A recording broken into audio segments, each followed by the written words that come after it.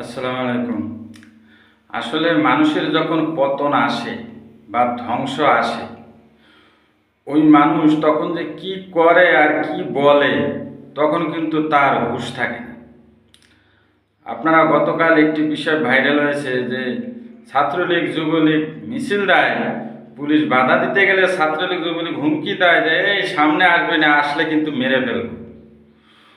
ওই ছেলেগুলা হয়তো কথাটা সাধারণভাবে বলছে, তারা মনে করতে পারে যে এতে কি হবে, কিন্তু তারা জানে না তারা পুরা আওয়ামী লীগ পুলিশ হত্যার আসামি হয়ে গেল।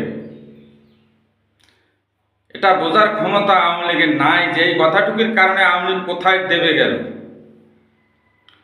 ওরা জানে না যে এই পুলিশ হত্যার কথা বললে ওদের পরিণতিটা কোথায় গিয়ে দাঁড়াবে। আসলে জানবে কিভাবে? 17 বছর তো ওরা এইভাবেই জোর জুলুম অনাচার অত্যাচার করছে, কেউ ওদের বাধা দিলেই, কেউ ওদেরকে বুঝায় নেই কোনটা ঠিক আর কোনটা বেঠিক, যার ফল প্রতিশ্রুতিতে কালকে এই ধরনের কথা ছাত্রলীগ যুবলীগ বলতে পেরেছে যে এই সামনে আসবি না, মেরে ফেলবো। আসলে তোরাই মরে গেলে, তোরা আসলে বোকা, তোরা রাজনীতি বুঝিস না।